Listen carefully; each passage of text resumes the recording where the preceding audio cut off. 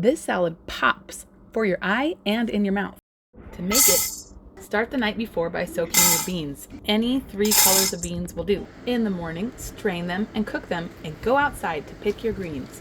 I'm picking lettuce and purple bok choy and goosefoot because that's what's in season for me right now.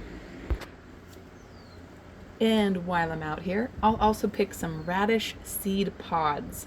They'll be crunchy and awesome texture for our salad. You can substitute any crunchy vegetable that you've got available.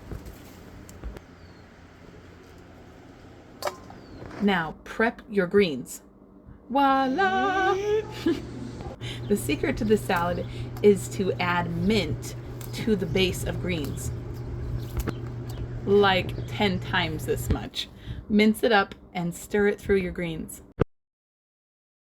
In a separate bowl, juice 2 lemons and then add your garlic and chopped onion. Do that before you chop the other vegetables and give these 3 ingredients time to lighten flavors. For the crunchy vegetables, I added yellow pepper, radish seed pods, and sunchokes. Next, stir in your cooked beans. And now for the dressing. I added Dijon mustard and tahini.